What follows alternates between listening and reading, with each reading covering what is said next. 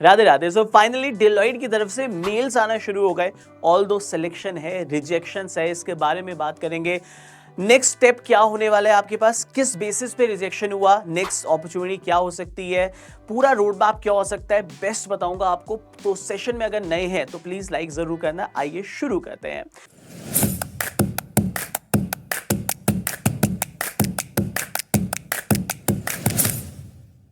तो सबसे पहले आज मेरे पास स्टूडेंट के बहुत सारे एसएमएस आना शुरू हुए, जैसे एक पॉजिटिव एक नेगेटिव। पॉजिटिव ये था कि sir I am from your Sankalp batch, my resume has been shortlisted for the Deloitte NLL programme and next process क्या होगा, ये उनके पास नेक्स्ट पूरा मेल भी आया।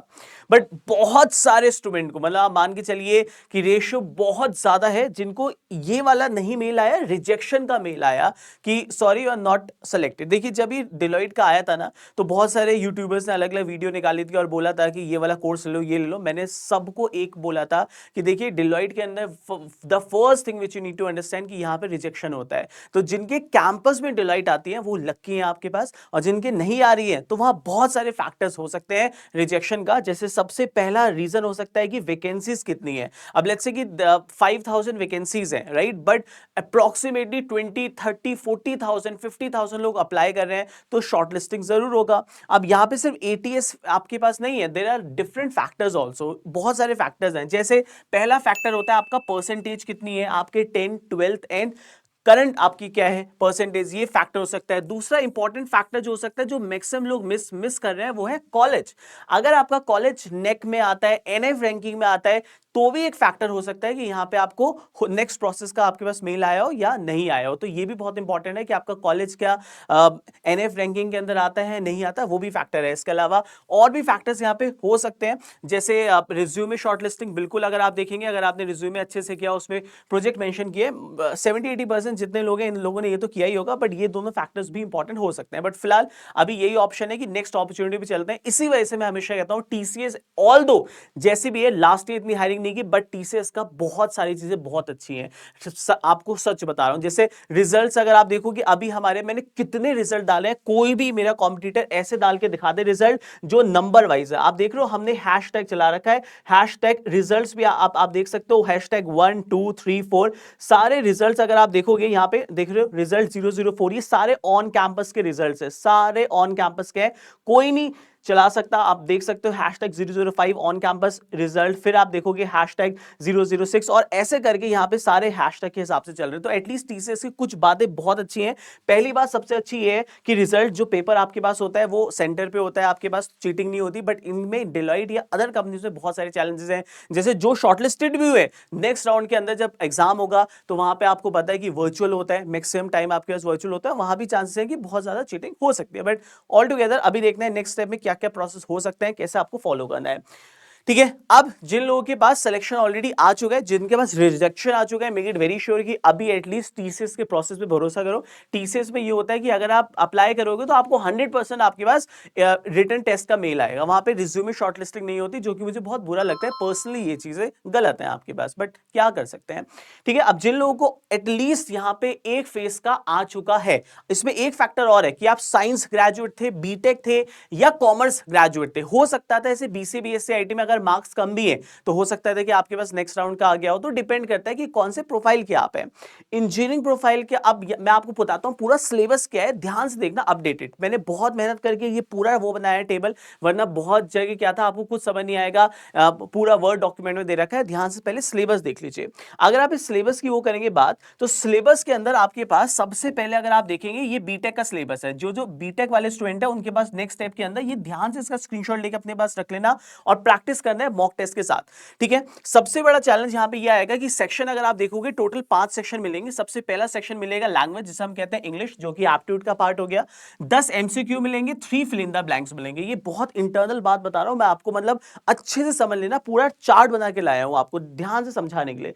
और टोटल टाइम भी आपको मिलेगा 10 से 12 मिनट। यहां पे सबसे बड़ा चैलेंज ये होगा कि कोई भी सेक्शन जब खुलेगा तो उसके अंदर आपको टाइमर मिलेगा, उस टाइमर के अंदर आपको आंसर देना होगा, और हर हर सेक्शन में मान के चलना 70 to 80% कट ऑफ जाएगी ही जाएगी, ये बात तो आप बिल्कुल मान के चल लेना।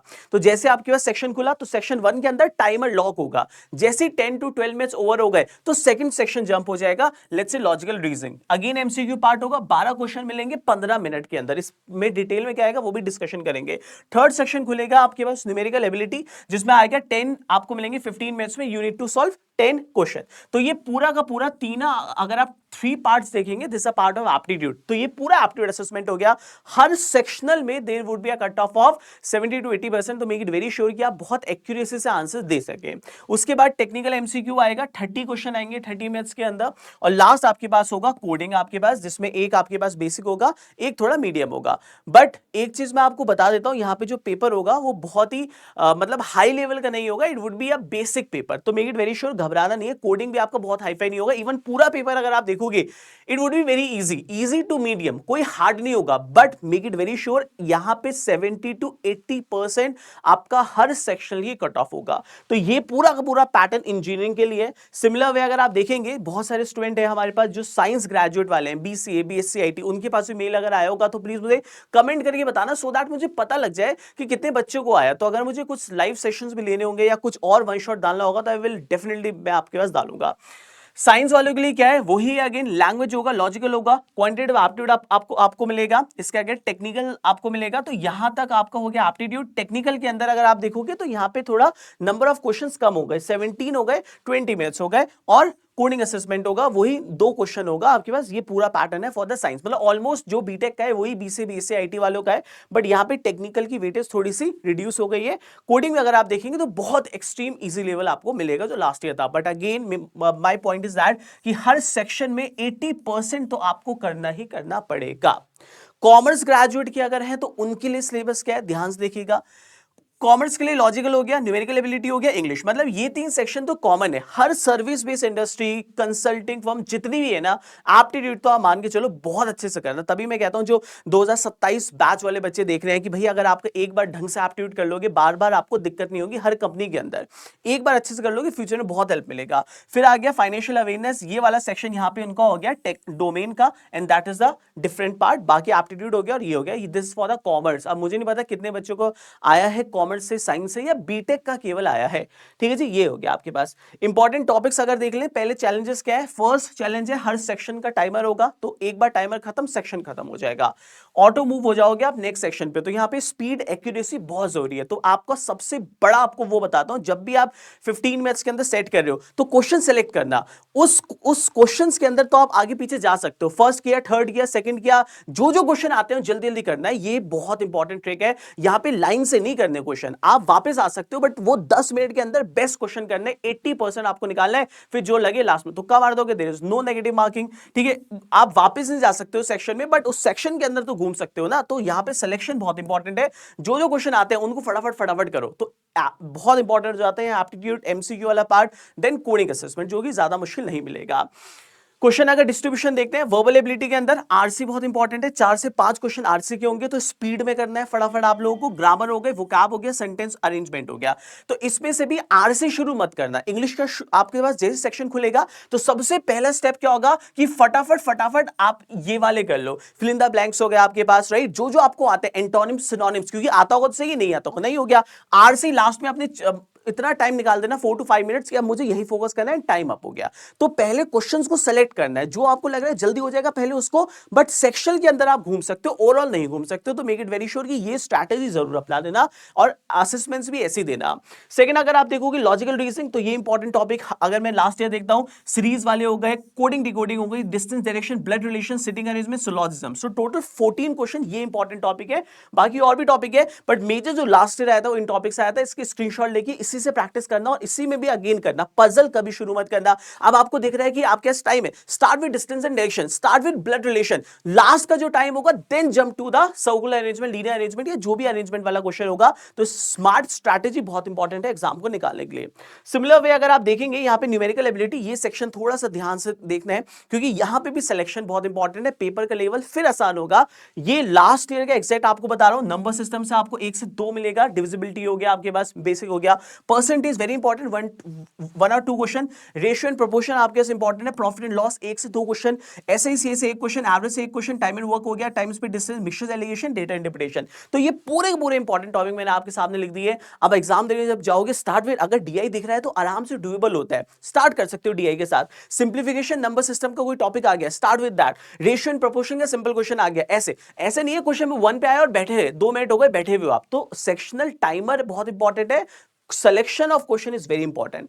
सिमिलर वे अगर आप टेक्निकल की वो करोगे बात, तो ये सारे एमसीक्यू एक्सपेक्टेड है आपके पास, ठीक है। ये फंडामेंटल हो गया, डीएस हो गया, ऊप्स हो गया, डीबीएस हो गया, एसक्यूएल हो गया, ऑपरेटिंग सिस्टम हो गया, नेटवर्क्स हो गया, क्लाउड हो गया, सारे फंडामेंटल पे आपको 15 से 17 क्वेश्चन देखने को मिल जाएंगे। ये पूरा का पूरा आपको अपडेटेड और जो जो लास्ट ईयर आए थे वो बता रहा हूं। कोडिंग के अंदर 2-3 टाइप के क्वेश्चन है, ये पूरी पीडीएफ में आपको दे दूंगा, सारी चीजें इंपॉर्टेंट करना। कोडिंग इतनी हार्ड नहीं आएंगी, बट अगेन जो एप्टीट्यूड वाला सेक्शन है और जो टेक्निकल वाला सेक्शन है, यहां 80% कट ऑफ बहुत जाती है। तो मेक इट वेरी श्योर कि बहुत अच्छे से आपकी सेक्शनल कट ऑफ निकलने होनी चाहिए। कोडिंग के अंदर अगर आप ऑलरेडी प्लेसमेंट्स एग्जाम दे रहे हो तो आपको इसको काफी इजी लगेगा, बिकॉज ये कोड टेक्निकल नहीं है, इट्स अ कंसल्टिंग फर्म, तो इनका कोडिंग पे बहुत ज्यादा फोकस नहीं। सो मैंने आपको पूरा रोड मैप बता दिया है, इसकी पूरी पीडीएफ भी आपको हमारे टेलीग्राम ग्रुप पे मिल जाएगी, जरूर ज्वाइन करना। इसके अलावा मैं आपको हमेशा एक कहता हूं, वन बैच। हम हमेशा ऐसा नहीं करते डिलॉयट के लिए अलग बैच, टीसीएस के लिए अलग बैच, और ये पर्टिकुलर कोई बैच ऐसा नहीं है। मैं आपको हमेशा कहता हूं एक बैच, हमारा संकल्प 7.0 बैच है, हम पे भरोसा करो।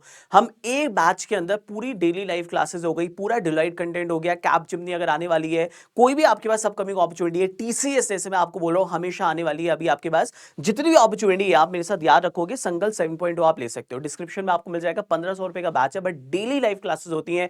हम एक ऐसे प्लेटफॉर्म है जो आपको कोडिंग असेसमेंट, एसक्यूएल असेसमेंट, सारे असेसमेंट देते हैं। हर संडे असेसमेंट्स करते हैं आप लोगों का, कोई भी प्लेटफॉर्म आपको नहीं दे सकता, चाहे डिलॉयट हो, उसका अपडेटेड कंटेंट भी हम लोग डाल के रखते हैं। इसके अलावा एप्टीट्यूड हो गया, ये पूरा प्री रिकॉर्डेड भी है और डेली लाइव भी होती है, सो दैट अगर टाइम नहीं है तो फटाफट रिवीजन जा सकते हो और डेली लाइव होगा। कोडिंग हो गया आपके इंपॉर्टेंट लाइव क्लासेस है सारी, ई बुक्स हो गई, एसक्यूएल हो गया, इंटरव्यू प्रिपरेशन हो गया, कंपनी स्पेसिफिक और लक्ष्य मॉक टेस्ट सीरीज हो गया। कंपनी स्पेसिफिक जैसे इन्फोसिस है, डिलॉयट की अगर आप देखोगे तो डिलॉयट का देखो एप्टीट्यूड वही है सेम, तो हमने वहीं एप्टीट्यूड डाला हुआ है। बट अभी जो रीसेंट हमने रिकॉर्डिंग की है, जो कि आपको कोई नहीं दे सकता, रीसेंट रिकॉर्डिंग करके सब लोगों ने जितना भी डिलॉयट निकाला वो पुराने पता नहीं कब के चल रहे हैं, उसी को नाम चेंज करके सब उसी को टीसीएस, उसी को डिलॉयट, बट हम ऐसा नहीं करते। डिलॉयट के अंदर आप देखोगे तो हमने यहाँ पे अपडेटेड जो है वो सारे का सारा कंटेंट डाला हुआ है, जो भी टेक्निकल अपडेटेड है वो सारा डाला हुआ है। एप्टीट्यूड बिल्कुल वही रहेगा, और प्लस लाइव क्लासेस आपके चल ही रही है, मॉक टेस्ट वगैरह, यू विल गेट एवरीथिंग। तो आपको लग रहा है, तो if you want to prepare with us, go for Sankalp 7.0, because यहाँ TCS, Deloitte, Infosys, one batch for all upcoming placement opportunity. Thank you so much guys, और सेशन को लाइक जरूर करना, चैनल पे नए हैं तो सब्सक्राइब जरूर कीजिएगा। Thank you so much.